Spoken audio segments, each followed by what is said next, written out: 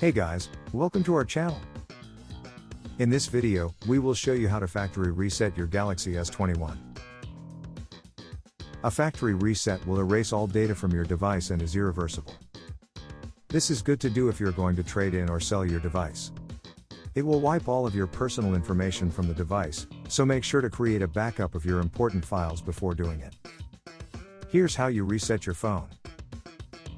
Pull up the app drawer and tap Settings.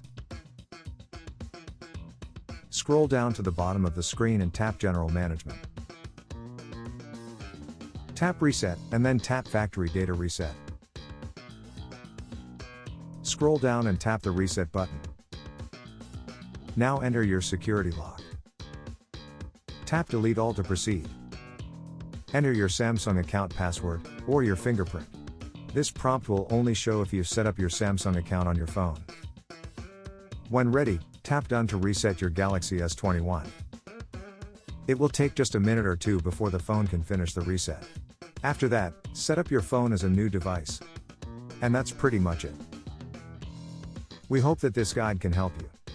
Don't forget to subscribe to our channel and make sure you enable the notifications so that you'll be notified when we publish new videos. Thanks for watching.